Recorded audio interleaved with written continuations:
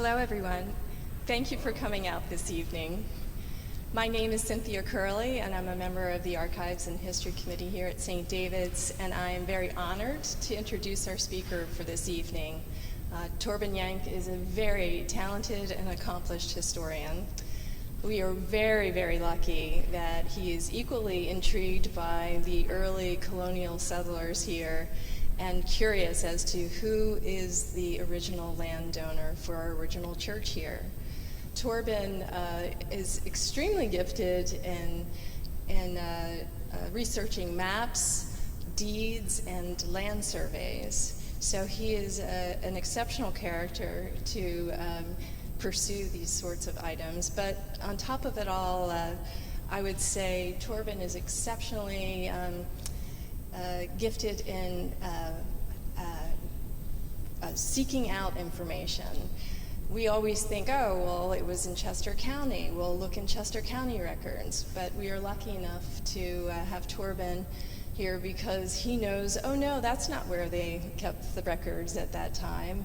So between technology and Torben's abilities, we're really interested and encouraged that maybe we might actually solve this mystery. Over the years, over a century or more, we've had several historians attempt to find the answer to this. And they've made guesses, but never definitive answers. And they didn't leave much of a paper trail either as to why their guess was what their guess was. So with that, I will say that not only the maps, but also Torben's interest in those people, and what he has taught me is that if you investigate the people and their lives and what was going on in their lives at the time, you get so many clues. So with that said, I'll turn it over to Torben Jenk. Thank you, Cynthia.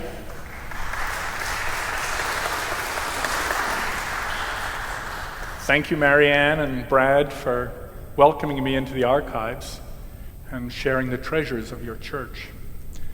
I'm also delighted to see Sandy Hewlett here tonight, who has been a longtime mentor of mine. I consider her to be the finest genealogist in America, and I'm delighted to call her a friend.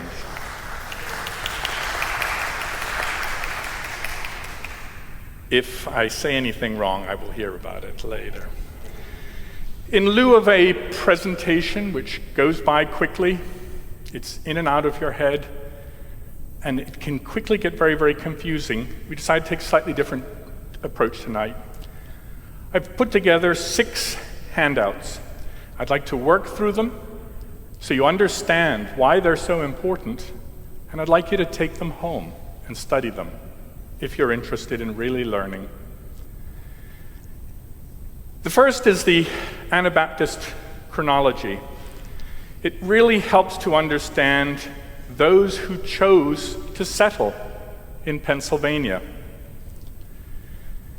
You'll see that the history goes all the way back into the 1400s. You can follow, in a sense, this family tree back. Now, the top line, you might notice, is about the Anglicans and the Episcopal Church in America, but you'll see it's not the focus of this chronology or timeline. If you look down near the bottom, second from the bottom, you'll see Quakerism. If you look to the left, you'll see William Penn's name. You'll see his relationship to George Fox, the founder of Quakerism. And you can, in between that, you will see this extraordinary Anabaptist family tree. Here we are in St. David's. If we traveled 40 minutes to our west, we would be out with the Mennonites and the Amish. Few people recognize that those are the roots of baptism. Anabaptism is a belief in adult baptism. You're not baptized as a child, as I was, and probably as many of you were, but it's a conscious decision you make at the age of 16 or 17. You commit yourself to your faith. It's over there in the Holland, the Netherlands, sort of Switzerland, that sort of whole area over there. In the very early 1600s, in Britain, those who are looking to find their spiritual path and to understand their rights as a human being travel to the Netherlands. And they spend time learning from the Mennonites and the Anabaptists. They break up and argue. Half of them end up going back to London, and the first Baptist church is built in East London in Spitalfields in 1612. The 1600s is maybe the most appalling century in the history of Britain. King Charles I, who considered himself a god, he could decide whatever he wanted and he could change his mind tomorrow, was hated. So Oliver Cromwell and members of Parliament took power, cut his head off, which is known as a regicide, by the way.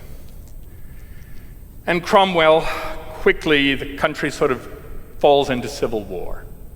Cromwell, like most of these rulers who think they have all the answers, quickly becomes corrupt. England falls apart, and debts are incurred. Wars have to be paid for. And how do you pay them if you don't have cash? So what they start doing is grabbing their nearest territory, Ireland, and start divvying up the land over there. 93% of Ireland is transferred in ownership to people of English stock. In other words, taken away from the Irish. The 7% that was left, you can imagine, was the 7% that they didn't want. 25% of the Irish Catholics died, disappeared. After Cromwell passes on, he tries to put his son in power, and that's a failure. And then King Charles II comes in. He's the son of King Charles I. He's the one with the fabulous dark curly hair. He was a total breath of fresh air. He's the one who started the Royal Society. He's the one who sponsored the arts. And the true renaissance of the late 1600s was due to his sponsoring these things. He was a Catholic, but sort of kept it a little bit under the table, because he knew that ever since the reign of King Henry VIII, the English don't really want to have popery, as they call it, or Rome in charge. So he came in, and it's at this time, he's also assumed all these debts, that William Penn's father is owed all this money. He was an admiral, he'd led all these successful campaigns, and King Charles II thought, well, it's sort of easy to get rid of someone like William Penn, who'd been sort of promoting these Anabaptist beliefs, spent time in prison, and so we can send him over to, get rid of him, send him over the Atlantic. Penn, whose mother was Dutch, was very familiar with the Anabaptist movement. He had traveled extensively in that part of Europe, and he started promoting the sale of Pennsylvania lands, not only to the British, but to the continental Europeans. A lot of this confusion is all here. If you turn the page, you'll see it's all footnoted, so you're welcomed and encouraged to follow up with more detail. So, Penn immediately needs to come up with a plan. And basically, he comes up with the same plan that was used to divvy up Ireland. So, as the English were deciding how to divvy up the Irish land that they had taken, this thing called the Downs Survey was created. It was the first accurate land survey of Ireland, done in the mid-1600s. The maps are now online, beautifully interpreted, and it's spectacular resource. I'll get back to that in a little bit. In a sense, if we go to the next map, this is actually not one that most people will show you, but I love it. This was printed about 1800, but it's basically a severely edited version of Surveyor General Thomas Holmes' map of Pennsylvania. William Penn was very keen to promote this thriving community to his European potential purchasers. The Thomas Holmes map is on the Library of Congress website, easily accessible to anyone, marvelous detail. But there's so much detail in it that sometimes it would get confusing, especially at this small scale. What we're looking at here is the basic sort of overlay that they used, whether someone was buying 100 acres, 500 acres, 2,500 acres. And you can begin to see. Now you're going to say, well, where are we on this map? You're going to look at the letter S in the word Pennsylvania. You're going to see a line descending from that. And at the first intersection of that line, above where you see Darby Creek, is where we're standing today. This gives you a neat overview of how William Penn and his Surveyor General settled 8,000 people in Pennsylvania in the first decade. It's an effort of extraordinary talent and genius, in my opinion, and Thomas Holmes is not recognized enough for it. A couple of things I'll draw to your attention. If we go to the right of this map, you're going to see Wrightstown and Newtown. They look like squares with these radiating squares.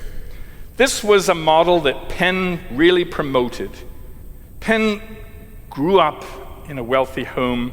He had the access to the city life and the country life. He sort of thought everyone would benefit by it. Of course, they didn't have the money he had. But in these, what are called townstead plans, you would own your farm out in the township, and you would own your sort of building house in the center, in the square. There are 3 of these: Wrightstown, Newtown, Bucks County, and Newtown, Chester County, now Delaware County, and we're going to get there in a minute. So, how did this process work? William Penn got his charter in 1681 and quickly had his agents go out and promote this holy experiment. Unique in human history. That you could come with whatever your faith or beliefs are, no discrimination of any kind. Men and women were treated equally, and you were welcome here. The first seekers of religious freedom in North America was in 1562. It was the Huguenots who settled near what's now Jacksonville, Florida. They were exterminated by the Catholics within a year. So 120 years later, William Penn is making this offer. He had tons of land to sell and just wanted to make some money out of it. Between March 1681 and October of 1682, 874,000 acres were sold. Think about that. His agents were those who were, you might call, co-religionists, those who wanted to put their faith into action and to allow others to prosper with their ethical and moral beliefs. So they were called the first purchasers. And if you were a first purchaser, you got certain benefits. One of them was you would get 2 acres of free land for every 100 acres of other land. And the thought was, well, they would have 2 acres in the city, and then they would have, their 100 acres out in some surrounding township. But they undersized Philadelphia. The colonial city of Philadelphia, I think, is about 1,200 acres. And obviously, when you've sold 874,000, the numbers didn't work. So then William Penn quickly established the Liberty lands around the city, Northern Liberties, which survives today, and West Philadelphia, which was called the Western Liberties. And this is how the arrangements were made. A common, well, let me keep going. So the original purchasers usually had no intent of coming here. They were prosperous merchants. Life was good in London and Bristol, and you didn't need to come over here. But you were helping out your co-religionist. You saw how those who shared your faith were being discriminated against left, right, and center. You saw how those up in Cheshire and in Wales, up towards Liverpool, they could never own the land. That English technique, oh, they'll lease it to you. They had this marvelous technique, they'd lease it to you for 3 generations.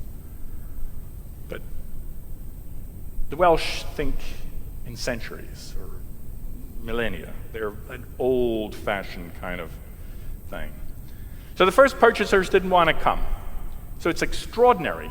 They're there with Penn, and they immediately got back to where they were from, the borderlands of Wales, up there in Cheshire, and they start saying, hey, you can buy a piece of my 5,000 acres. No markup. You're paying per acre what I'm paying. £5 per 100 acres, by the way. Those are called the under-purchasers. So they purchased from underneath the first purchasers. And because William Penn really wanted to keep this ball rolling, he allowed them to inherit these rights of 2% to 100 acres. Then there was another group called the after-purchasers. Call them late to the party. They did not get the 2%. Then there was a category of people who could afford to pay their passage, but couldn't afford to buy any land.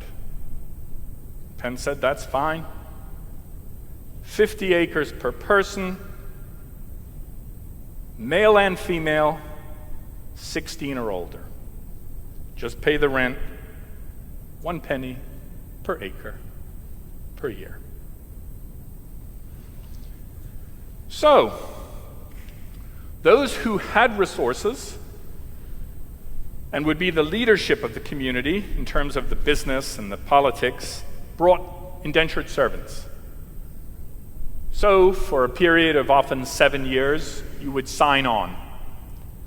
And you could be a maid, you could be an artisan, an apprentice of some sort, you could be working in a counting house. It really didn't matter. It's the old-fashioned, and I think brilliant, apprenticeship system, which I went through, so I'm a big appreciator of it. It's where the wisdom of the former generation is passed to the youth. So, you've spent your 7 years working, whatever, in the counting house, in the blacksmith shop, on the farm. 50 acres, free. That becomes headright land. And you get to go and start your own thing. It's also important to remember the old renters. Penn knew that there were people here first. He knew the Native Americans were here, and he signed treaties with them when he first arrived. Penn Treaty Park in Philadelphia is actually where William Penn spent his first 6 months, in a log cabin built by Martha Ashman, whose parents came down from New York, Long Island, in the 1660s. So there's a smattering of English, but it's really the Swedes and the Finns and the Dutch. So the Swedes were on the Delaware in 1631. They settled down in a little fort down by, what's it called? The very bottom of the Delaware Bay. Lewis. And they were wiped out. The natives massacred them. And the accounts say that the dog was still chained up. And if the dog hadn't been chained up, then the natives wouldn't have attacked. The level of detail of the accounts of the early Delaware are astounding. Absolutely astounding. Sandy and I collaborated to nominate Albert Cook Myers to the National Genealogy Hall of Fame.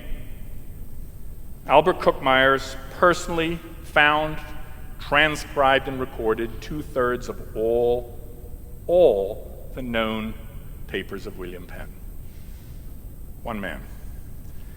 And his research was taken by other fabulous researchers and turned into 5 volumes this size. This is a man who spent his life gathering every old manuscript that he could find. And so the detail of what happened along the Delaware and around here is extraordinary. And so Sandy and I collaborated on that. It was a wonderful, wonderful project.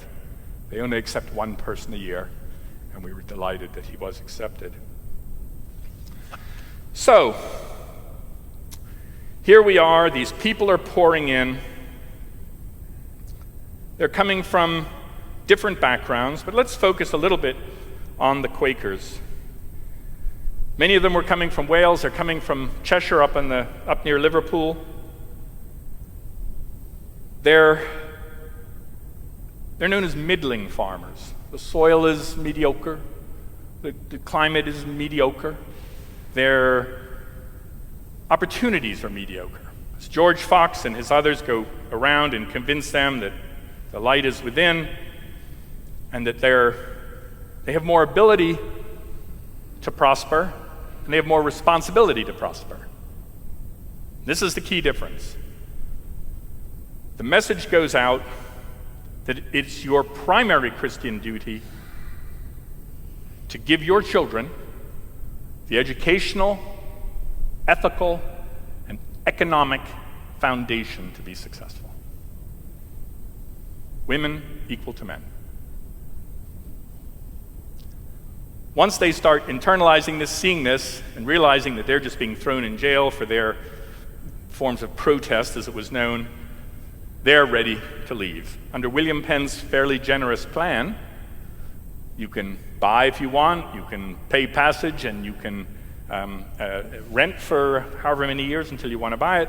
You could come as a servant if you couldn't pay your passage. There were many avenues to come to Pennsylvania. So let's think about this and maybe turn a page. The most important lesson I've ever learned in genealogy in Pennsylvania is follow the women. Because these women had equal education and economic factors, they made decisions. A Quaker daughter inherited equal to her brothers, usually. Unlike in the Anglican faith, primogeniture, the eldest gets the benefits. Under Pennsylvania law, the eldest would get double what everyone else would get. Now, me as a second-born, I reveal my conflict of interest. I think it should be evenly split. This church is the home place of the Wayne family, right? Anthony comes, begets Isaac, begets Anthony, begets Isaac, right? What's the problem with that? It's all boys. Go back to what I said, follow the women. So, let's do that. What I want you to look at, about in the middle on the left, you're going to see General Anthony Wayne and his wife Mary Penrose. But go up one layer to Isaac Wayne. his father. Go directly across to Humphrey Wayne, his brother. 2 brothers married 2 sisters. So, Elizabeth Iddings, the mother of Anthony Wayne, is on the left-hand side. Priscilla, her sister, is on the right-hand side. Their parents are Richard Iddings, Jr. and Margaret Phillips. Now, let's follow the women. Why? Because Anthony Wayne arrives in 1724. St. David's was built in 1715. So, let's go to Margaret Phillips. Now we'll get into some very interesting discussion of Welsh naming conventions. Welsh genealogy is maybe the hardest I've ever done. The surname does not go down generation to generation to generation. Notice, Margaret Phillips is named after the first name of her father, Philip Rydark. Philip Rydark is named after the first name of his father, Rydark Dafydd. And he's named after his father, Dafydd Griffith. Dafydd, of course, is David. So, in the Welsh naming conventions, you have to get back to the original records. Sandy will agree with this 1,000%. That's what she always says. You need to find the wills. You need to find the deeds. You need to find the diaries. You need to find the Bibles. You need to find everything. It's a little tricky, though, because most of them didn't speak English, which is why the Congregation of St. David's kept requesting a minister who could minister in Welsh. So what they would do, of course, is use a transcriber, a translator in Philadelphia, which adds another confusion to our research, because a whole bunch of the records are sitting in Philadelphia, not in Chester County. So you need to really broaden out your look. Let's go to Philip Rydark, number 3 down on the right. He's born in 1626, and he dies in 1730. He's 104 years old. And Ben Franklin wrote about him, because he was such an incredible man, and he was never drunk in his whole life. Again, the level of detail that you can get when you go back to the original records is astounding. Now, the other thing to remember about these families is usually what they would do is assist their children with what my wife calls giving with a warm hand. Give the money when you're alive. Help your child now to be successful, and hope that they learn the lesson to help their children. Don't wait and hold on all the money until you're 60 or 70 and then you croak. Because by then, they've made too many mistakes because they've struggled too long. So you need to get into these wills very closely, but more importantly, you need to get into the land records, the deeds. Land is the biggest asset that is transferred usually within families. And what's happening is the parents are buying land for their daughters, usually when their daughters are getting married. Think about it.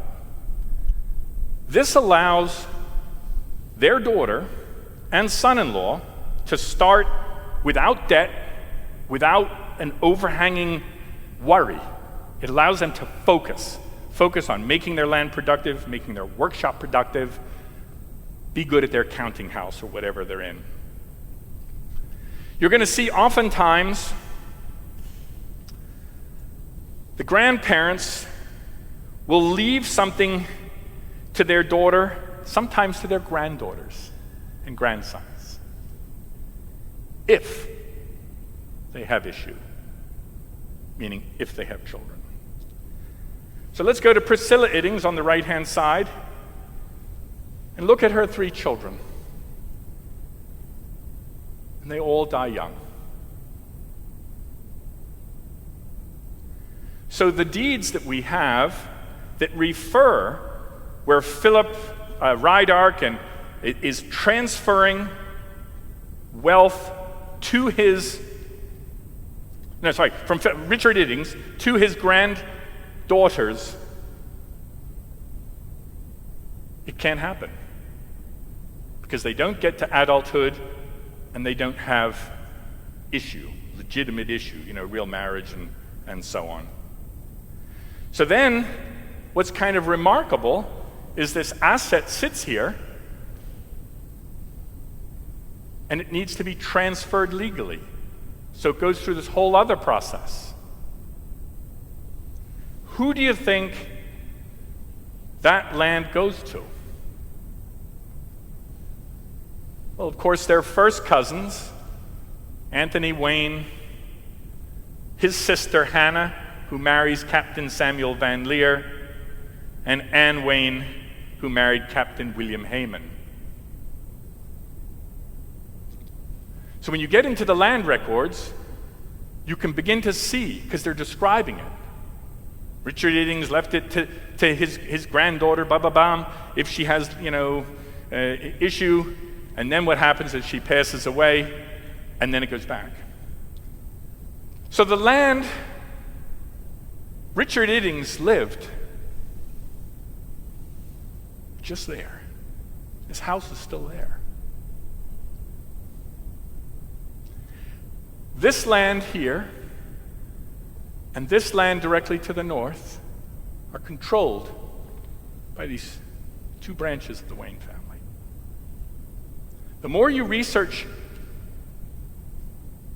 the girls, shall we call it, the more you realize that they felt that this was the hub. I don't know why. They don't leave.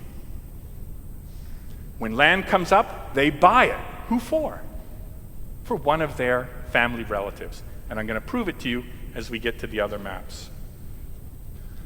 So, let's look at Richard Iddings Jr. Left-hand side, 3rd down. Where is he married? 1705 St. Paul's Episcopal Church down in Chester. That's like the first year it opened. And it was 10 years later that St. David's was built. So we've got this amazing connection from Richard Iddings and his wife Margaret Phillips to what you might call the sister church of St. David's. The closer you look at all this detail, and when you put all the facts together, you'll begin to see these things pop up. Look at when they're born, look at when they're dying, look at where they're marrying, look at who they're marrying. Take the blinders off. And the blinders are to think Anglican, think Quaker, think whatever. Open your mind up, go back to the Anabaptist chronology, and remember that these people have left Europe to come here to express themselves. The marriage pool is relatively limited. Matter of fact, Penn passed a law for the freemen. If you were a 21-year-old bachelor, you paid double the tax. Come on, guys, get with it. The youngsters might have been raised in these marvelous homes with lots of faith and belief, but look, if he's cute and she's pretty, marriages happen between faiths. The Quakers liked you to stay within the Quaker faith, and through periods of time they would kick you out if you didn't conform, as the Quakers became more conservative. But a lot of times, they held their faith their entire life. So, Anthony Wayne is buried here. Where's Richard Iddings buried?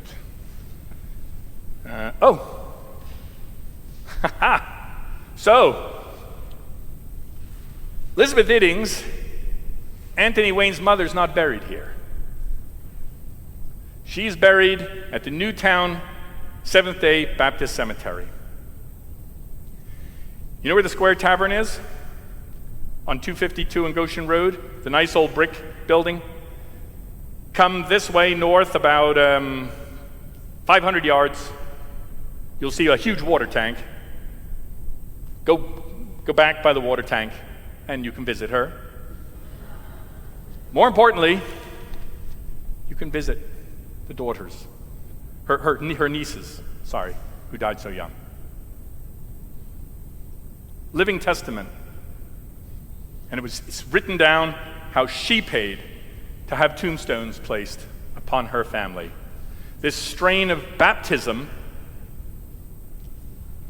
transcends generations. 4 generations right there. Might be married to these early Anglicans, but when push comes to shove at the end of the day, she's buried over there. She's not buried here.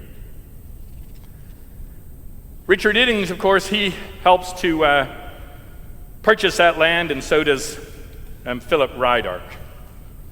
So let's try and let's skip Easttown, please, and let's go to Newtown. We're in Newtown Township. A lot of people, St. David's Radnor. But Radnor was purchased by Richard Davis and quickly resold to all of his Quaker co-religionists. So there was no land available, really. A lot of people think, because some of the early Welsh settlers' names appear on the deeds in Philadelphia, that they lived in Philadelphia before they came out here. Totally wrong. They had no interest in being in Philadelphia. They wanted to get out to the farmland. That was the 2% that they got, okay? So they got the 2%, but it was empty. Interestingly, all the prominent Welsh were placed on one block in Philadelphia. The most important block in Philadelphia, where Independence Hall now stands. And when they were grabbing the land in the 1730s to build Independence Hall, one of the reasons they liked that location, there were only 2 houses on the whole block. So don't get confused and think, oh no, they're down there. No, they came out here. When they came out here, Penn had another genius plan. You would buy your 100 acres, but actually there'd be an extra 10%. 6% for roads. They knew at some point roads were going to traverse your property. They didn't know where, but somewhere. 6% for roads, 4% for surveying error. Fair deal. So, now we're at Newtown.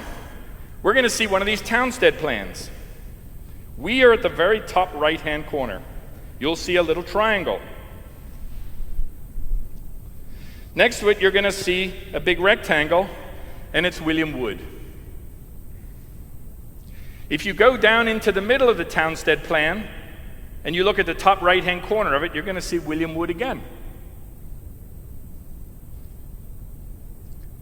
So what you're doing is you're getting the bulk, your 270 acres up here, and then you're getting 30 acres down here, which is making your 10% and so on.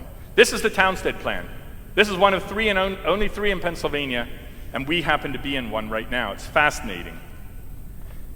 These maps were produced by Benjamin Smith in 1880. 19 were printed. These are the printed ones. 8 or 9 never printed. You have to go look at the manuscripts at the Historical Society of Pennsylvania. I've given you one of them here, but we'll get to it in a minute. So it's important to just sort of think of the layout. Thomas Holm is sitting in Philadelphia. He's trying to kind of do the math. How do we settle these people out? They wanted the townships to be about 5,000 acres. To our right here is Radnor Township, and to To our north, of course, is Easttown, and to our west is Willistown Township. Look at the middle, and the road running right up the middle is called Newtown Street Road. Most people think someone was a fool. No. A street road is a straight road. So when you're a surveyor, you run a baseline. Now, if I wanted to survey this church super accurately, I could start at that side and measure across here. Or I could start in the middle and go both ways. My likelihood of error is half as big if I start in the middle, which is why they built street roads. Street roads were not always built as roads, as we're going to find out when we get to the next one. But you can drive on this today, and you can see where it says, Newtown Road. Brilliantly, Benjamin Smith included some of the important roads. You can see Goshen Road and others here. You can spend a day just studying this map, and you will learn more about the history of Newtown than any other 8 hours you ever spend in your life. If you combine this with the deeds, each one is referenced. You can then go back and find out, okay, William Wood, whatever. It's also an incredible work of art because he uses what's called typographical hierarchy. The first one is not only in uppercase letters, it's in bold. The second buyer is uppercase regular. Then he starts going into upper and lowercase. And then he starts getting into his cute little handwriting and the little dates. So you can begin to see how these properties come down through time. William Wood is up here. He's going to be an important character. I also want you to look to the right. Top right name is David Powell. He was the Welsh surveyor who, very prominent in helping to settle the lands, and he's the one who kept wheeling and dealing on all those lands where Independence Hall now stands. So he kept buying up this lot from this one and this lot from this one and packaging them. Surveyors knew where development was going to happen. They would buy the land so that they could profit by it. Let's go to the next one, please. You're going to have to turn it sideways. This is Radnor Township, directly over here. If you come down the left-hand side about 1/3 of the way, sticking out to the left is St. David's Church. You're going to see David Powell, to the right of it. You're going to see Radnor Street Road running smack up the middle. But you can't run up the middle because of all of the topography. Right smack at the middle is what, though? Radnor Friends Meeting House. And directly to the right of that is John German. It was him and his wife, Margaret, who gave the land for first the Radnor burying ground and then the Radnor meeting.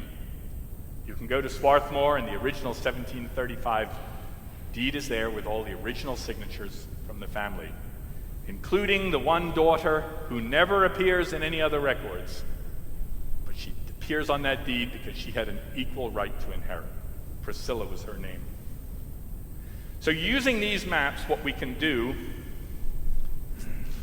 we can go back and we have names, we have dates, we know what it was. Was it a lease and release? Was it a warrant, a patent, a survey?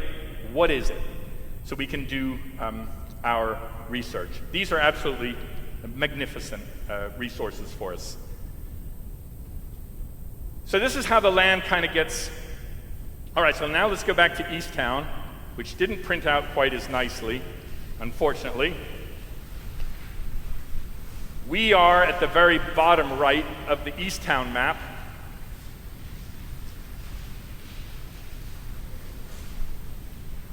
The very bottom right, yep, there's always a little triangle. If you're going to look directly above it, you're going to see the name Humphrey Wayne. Now we know who he is, right? Because he's on our family tree. Humphrey Wayne is right here, brother-in-law of Elizabeth Iddings. He buys his parcel in 1740, right up here. So again, you've got to do the family trees, then you've got to do the maps and the deeds, and then it's kind of like, oh, now I get it. I understand what's going on. This is being transferred down and down and down and down.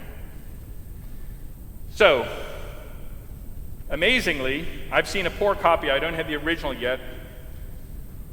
If we go back to Newtown,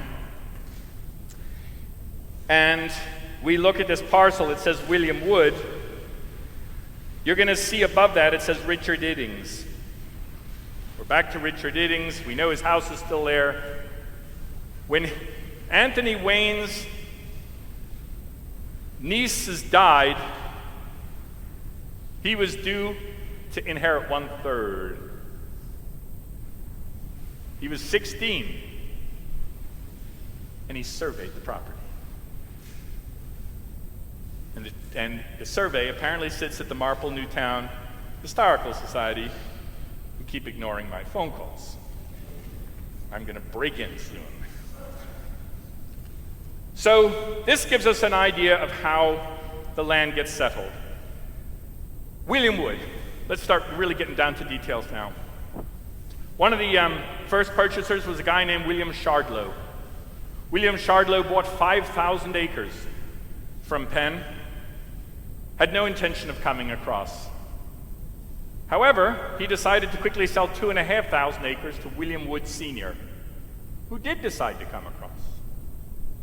So William Wood comes over and he's managing this partnership. He's got 2,500 of the 5,000, but he also figures, you know what, I want my own piece. So he buys this 300-acre piece where we're standing now. Now he dies, 1689. His eldest son, William Wood Jr., is what's referred to as a reluctant administrator. In other words, he wants to keep all the money to himself, not share it with his siblings. And then he's got this partner who's over in England, who he wants to diddle and everything else, and he lives down in Derby. Well, William's brother, younger brother, John, married a daughter of John Bartram the botanist. Now, John Bartram the botanist is no fool, and he's not going to let his daughter be diddled out of her inheritance. So he forces the whole thing to court. And William Wood Jr. delays tactics, says, I can't deal with Shardlow, lawyers get apportioned, whatever. It isn't until 1704, 1705 that the subdivision is allowed. 3,380 acres up here in East Town, 500 acres on the Schuylkill, miscellaneous other parcels.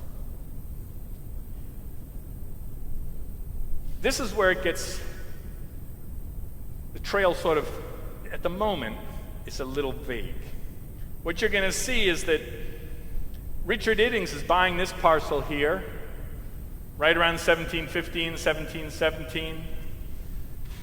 You're going to see that on his deed it refers to the meets and bounds. When you survey a property, you say you're going to go north so far, you go buy so-and-so's property, you go east so far, buy so-and-so's property, you go south, buy so-and-so's property. This is the mention of William Davis and Thomas Edwards. This is why your predecessors keep saying they gave the land for this church. It's one document. And because no one else has found anything else, they just say, well, case closed. We'll see. We're going to keep looking at this. Also very, very confusing. In Chester County, in 1715, how many deeds were recorded? 0. 0. 4 in 1714. What's going on in the Recorder of Deeds office? I've asked the archivists and so on, we really don't have an answer. A deed might be written on date, let's say 1700, but it's when it gets recorded that it gets copied into the official records. Pennsylvania has this curious strategy. If you are doing it within your family, you don't record it. It's written, it's prepared, but it's not recorded. You don't want to pay the fee. You can't be bothered to spend a day going down to Chester or Philadelphia or wherever you want to go. So you just keep it in the lockbox. Then when Grandpa dies, the box gets opened. Sometimes it's 50 years later. But luckily, these records have been indexed, and I keep looking and looking and looking.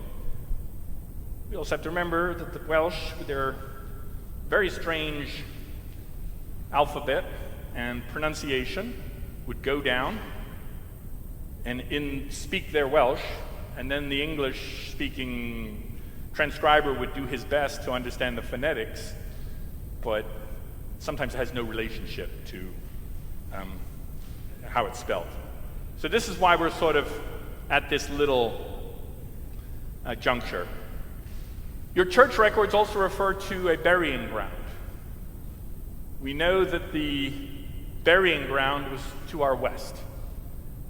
Take Church Road up here, basically to Waterloo Road. Look at the hillside on the left, and I'm kind of guessing that's where it was. When you get over there, you're getting over to Thomas Edwards' property. He's the second name, this William Davis. I mean, to William Davis on this triangle. Who did he sell his house to? Anthony Wayne.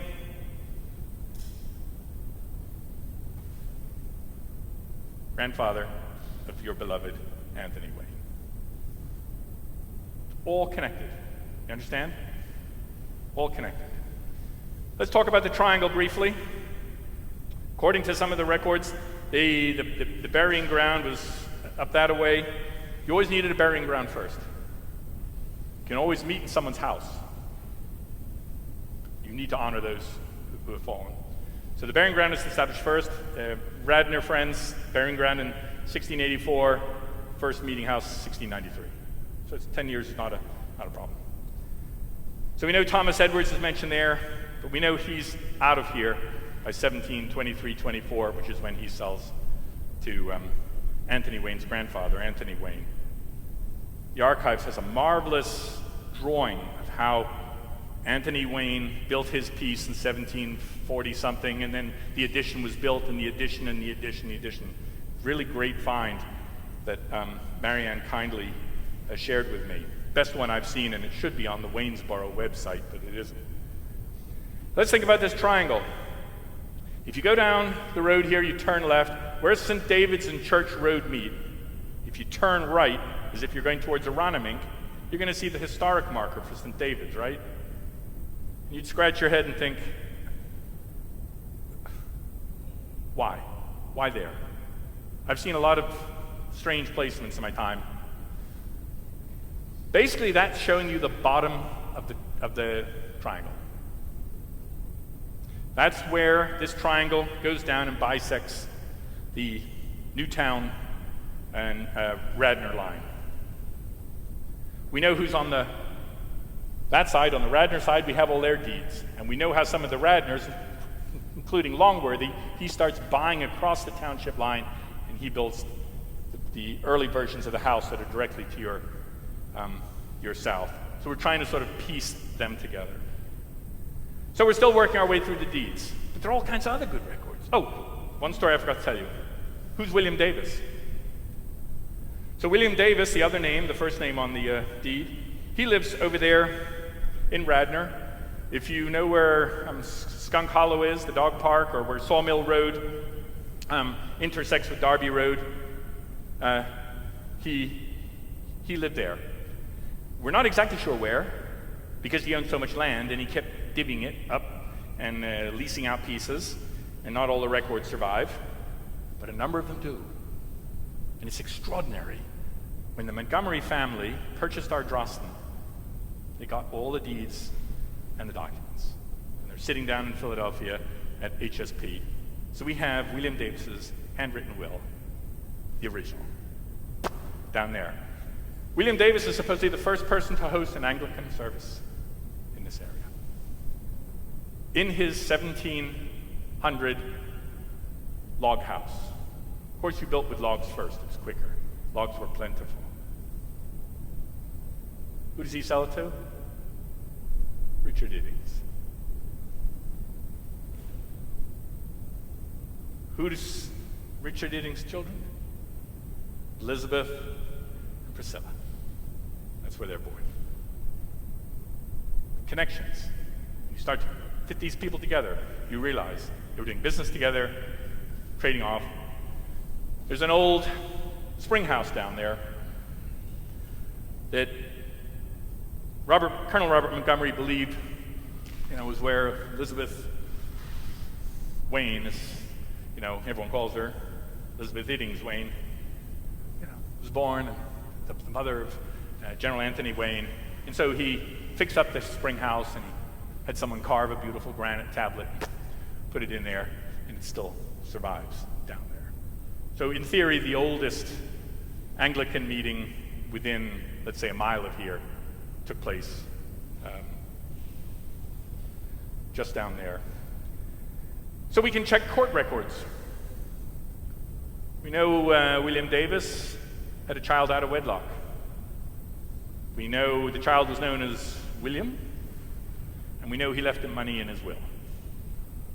So the mother chose not to appear in court, so the case was dropped, but we know her name. So court records are fabulous, especially if you were a little naughty, because you didn't pay your bill, you beat someone up. It's in the records. Luckily, we have the court records for Pennsylvania from the Dutch period, believe it or not, 1664, all the way into the founding of Pennsylvania and on up. And they're readily available to us and fabulous. When we think of the main line, and Cynthia introduced me to a new word called Whiskeytalians. And so, of course, we go and we check the tavern records. And we find out in 1717, I think it is, that a guy named Edward Thomas, not to be confused with Thomas Edwards, says he can no longer provide hospitality to all of these people who are coming to St. David's Church. Therefore, he wants permission to establish a public house. It's one of the earliest records that people are meeting for worship right next door. And they were very thirsty afterwards. So we're looking through those records as well. And I'm sure there are others. Coming back to, what Sandy taught me many years ago,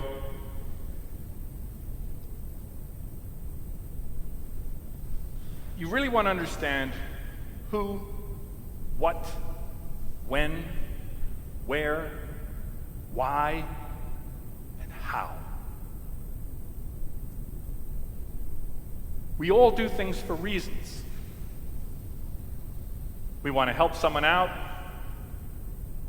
We're tired and we want to move.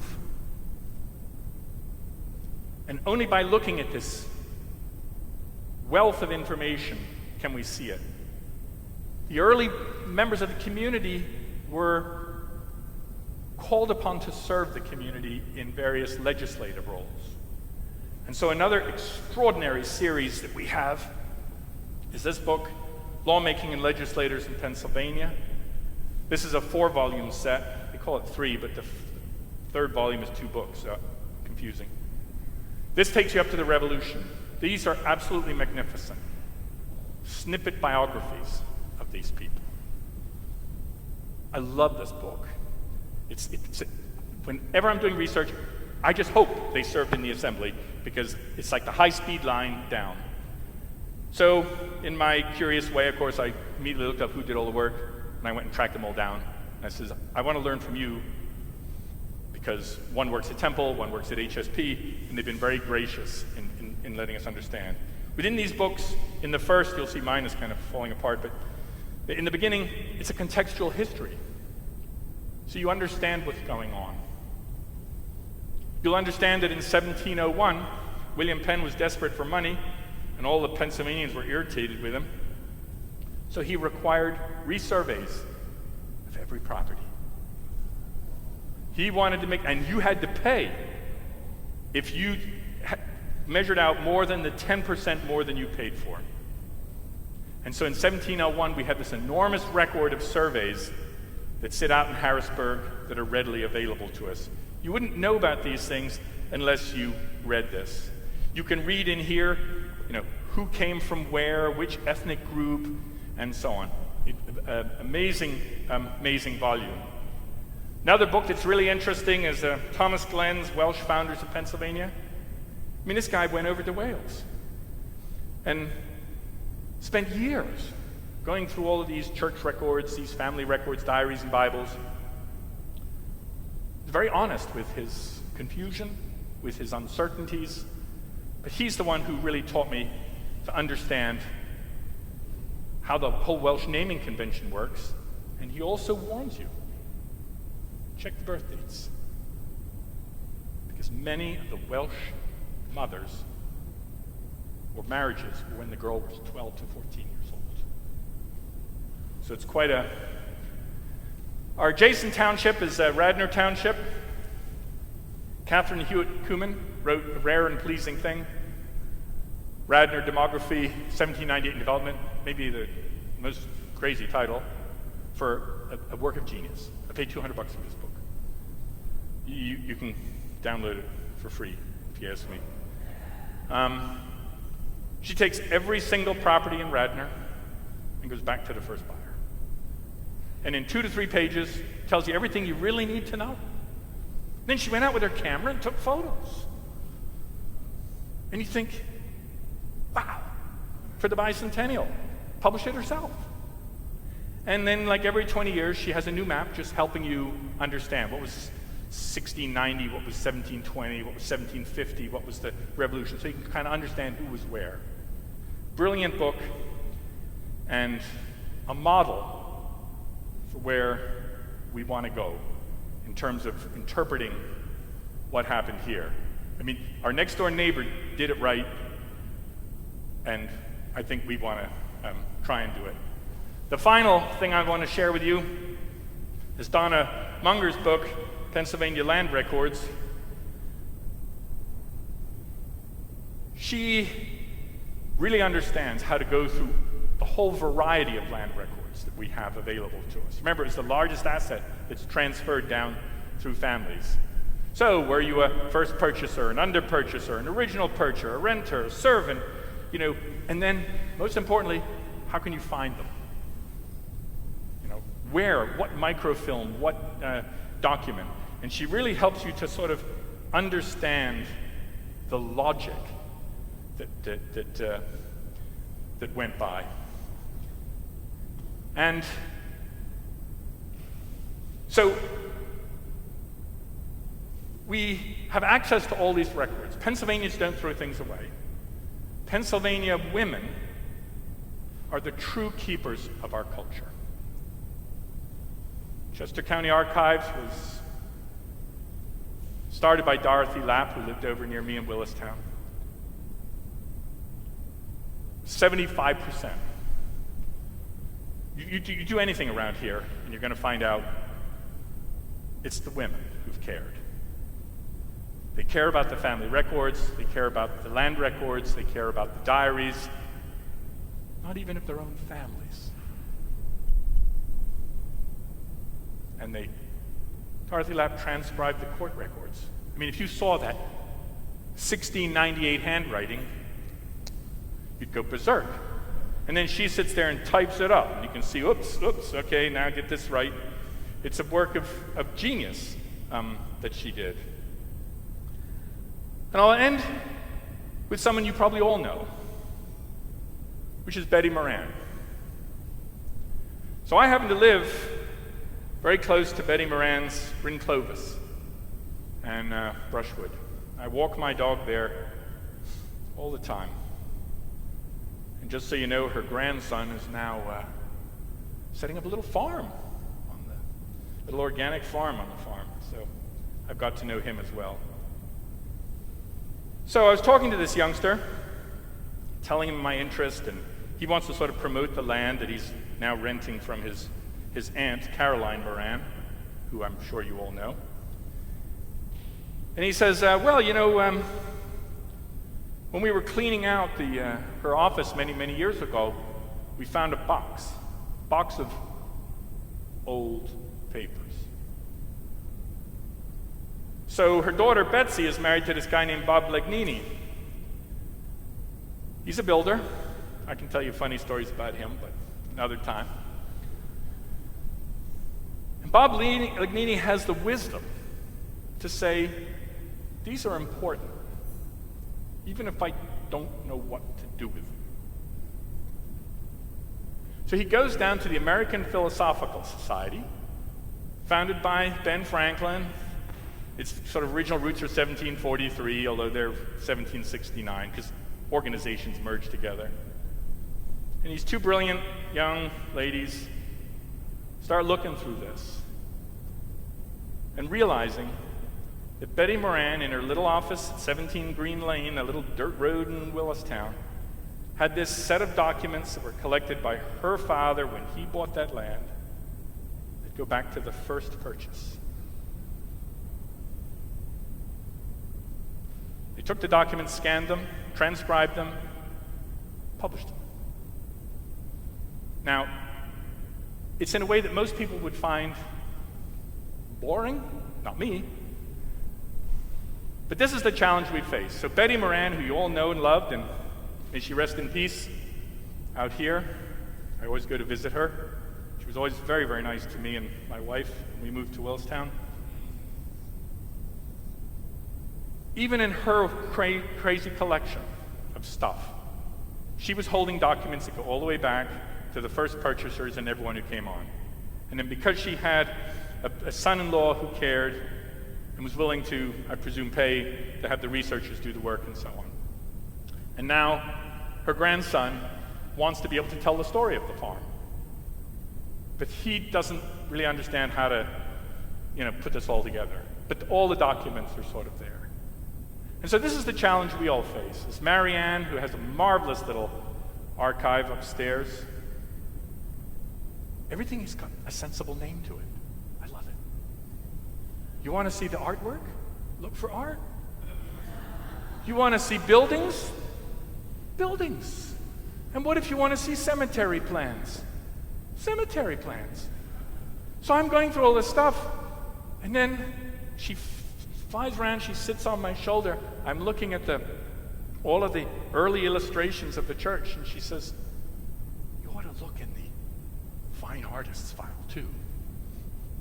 Up it appears. So not only do we have all these early illustrations of St. David's going back to 1811, we have brief histories of who the painter, woodcutter, illustrator, photographer, it's all there. William Strickland apparently did the first drawing of the church in 1811. He's credited with designing Anthony Wayne's tombstone, or memorial stone, which, as many of you know, is very, very similar to the one at Paoli Battlefield that sits in that strange fading plastic cover. So the challenge I'm going to leave you with is within your church and within your archives, Brad's there too, he's been an equal help to me. We sit on these treasures. Within the courthouses, within the digital records, we have a whole other set of accessible records. The people who came together in 1700, wanted to worship together, got the land, spent 2 years building the church,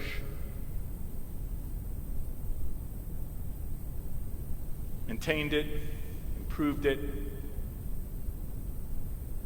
have given us a gift. It might be a little dusty. It might be a little obscure. But the more I've looked into these people, the more real they've become to me. When you see a child dying, it makes you stop. It's almost like you know them. When you put the family trees together and you see the branch ends. When you see how these families came together to support not only their families, but those in need, it's very, very impressive. And I know in your own way, you do that today in this beautiful St. David's, and I thank you for that. So, peace to you all.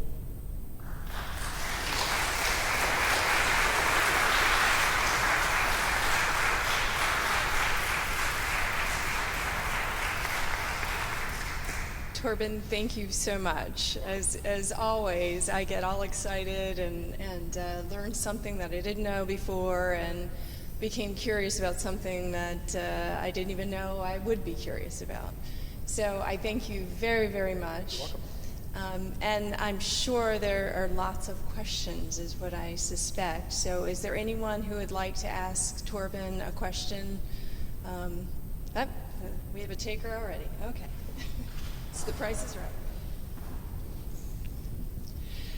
right.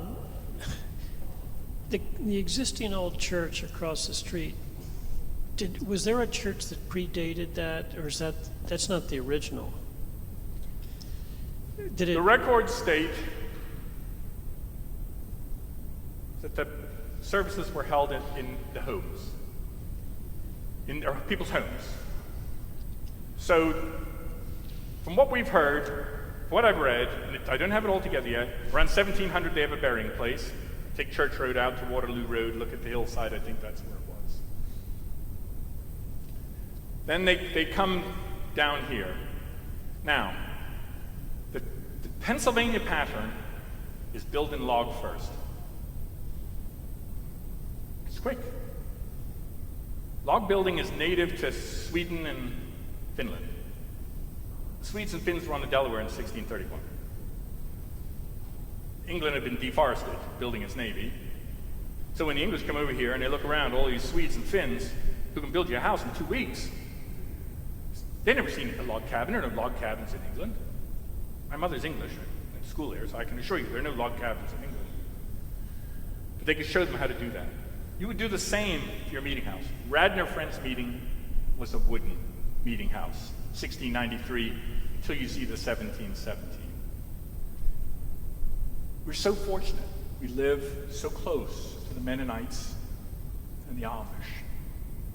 And if you go out there and you meet with them and you study their records as I have, they're living today what some of these people did 300 years ago. So when you ask the women about the log meetings, what do they all say? We love them. They're warm. And they were as warm back in the day. So I believe the original ones were log, and they were kept. As the congregation expanded, of course, you built an addition on. So I've done all the research on Radnor, and you can see that evolution happen. I'm going to guess, I don't have the records, but there was one here. And then they would repurpose it. So once this gets built, then you can drag it, wait till the winter comes, put it on sleds, get a couple oxen, boom, you can move it. It could have become the schoolhouse that they referred to in the records that stood down on the knoll in front of the church. And was it Welsh Anglican? Did St. David's begin as an Anglican church? Welsh Anglican, or this is why I start with this. When you think of Pennsylvania, it's just all of these people are coming. And they're coming with their evolving faith. And then they're getting married. And trying to work it out as a couple. And having children, and the whole thing goes on. But let's take a step back. So I told you the first Baptist church in London was 1612 in Spitalfields. And the founders who set it up were sent to jail, where they perished 3 years later. Britain was rough in the 1600s. So we know about the Puritans, right? Well, who were the Puritans? Puritans were Brownist separatists. They had been over there in Holland to sort of understand what their faith was and what their rights were as an individual. This is the real beginning of it. So they're so sick of it that, of course, the Brownist separatists come across 1620. They land on Cape Cod. They spend a month walking around. They find a bushel of corn. They see a couple of natives in the distance. They pinch the corn, get on the boat, sail across the harbor to Plymouth Rock. I was just there in May doing all this research. Then they claim they went back and paid the natives for taking the bushel of corn the next spring. 1630, who turns up? Roger Williams. Now, Roger Williams says two things. Native peoples have rights. You can't just take their land. You need to compensate them. He writes the first text in North America that apparently encaptures the native tongue of the tribes that were out there. Well, then he has this idea of how services should be led. The Brownist separatist pilgrims were very, very conservative. They run him out of town. So he leaves Cape Cod Bay, he goes around, he goes to Narragansett Bay, lands in Providence, Rhode Island, and in 1638 builds the first Baptist church in America. He is apparently the first person to talk about us all having rights as an individual, not being a subject to a king or some other Cromwell or some other, kind of thing. So the ones who are coming here to Radnor, they're coming with this sort of mixed sort of bag. They're coming from predominantly rural areas where you might walk miles and miles to get to a house of worship. So convenience sort of leads some of it. So the social aspect leads some of it, why you choose. They're all trying to work it out, is what I come down to. And they have an amazing menu of options to think through. I told you about Rydork, right? Well, the first Baptists are in Pennsylvania in 1684 up in Bucks County, Cold Spring. Then they go into Pennypack, and they build the Pennypack Baptist Church. Remember, Baptists believe in getting in the water. They're always on the water. You can still go visit the Rock, and if you want to jump in the Pennypack, you can go for it. It's now the third church there. But even the Baptists break up. Which day is the Sabbath?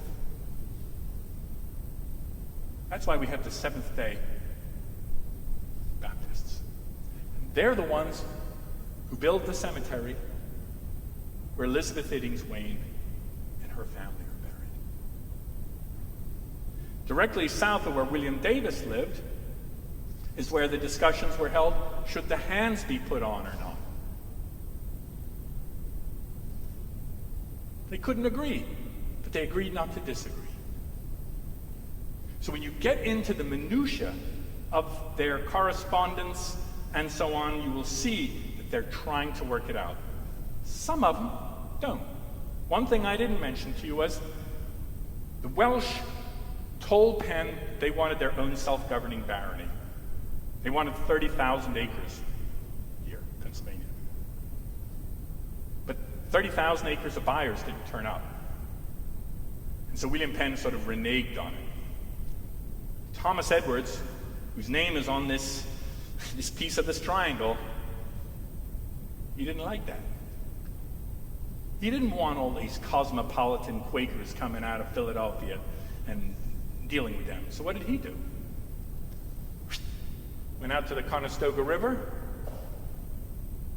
subdivided Lancaster County from Chester County, 1729. He did the survey. So he pulled up stakes with his family and went out. So sometimes nationality, language is your number one bond. Sometimes faith. William Wood was apparently an Anglican. Is he the one who kind of gave the land? And were Davis and Edwards just the trustees who received it? We don't know yet. It might take us a couple years to work out. The amount of records available to us is beyond astounding.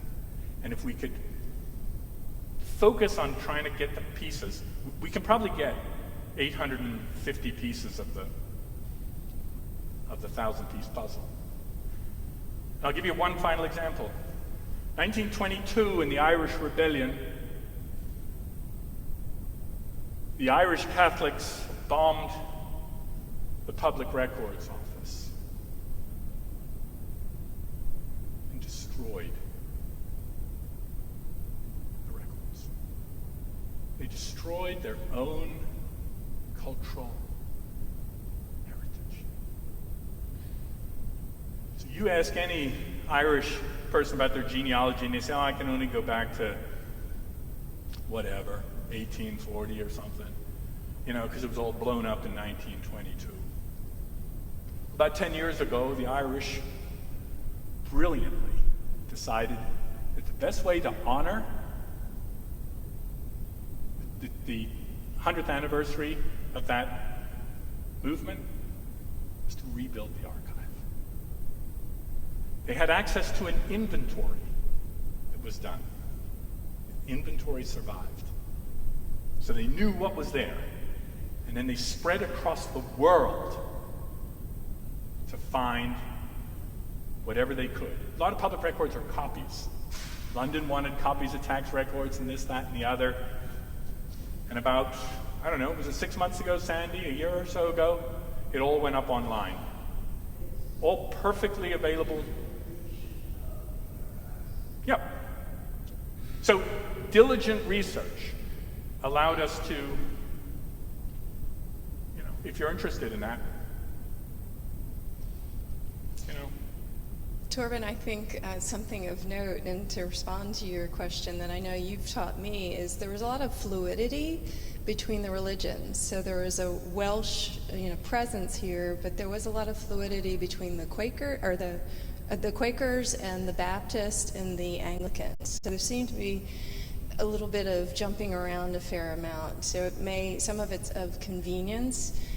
I think I remember, and Marianne, correct me if I'm quoting this incorrectly, but there was a saying of, I'm not a Quaker, I'm not an Anglican, I'm a St. David's man.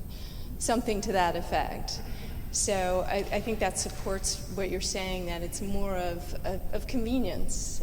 This was a church of convenience in many ways. When we were doing a lot of research in Philadelphia, Gloria Dei Old Swedes came up all the time. Built 1698, 1702, magnificent church. You got to go if you've never been. And go to the Santa Lucia Festival in early December. And it is beyond astounding. Anyway, as we were doing all this research, we kept thinking, why do people keep going to Old Swedes? It doesn't make sense. It's not the local church. It's not the local church. They would marry anybody. So a young couple falls in love, says, I'm going to get married. That's where they would go. So sometimes different churches had different sort of philosophies, and you can sort of know that. Sandy is, I'm sure, the expert on this. Astounding.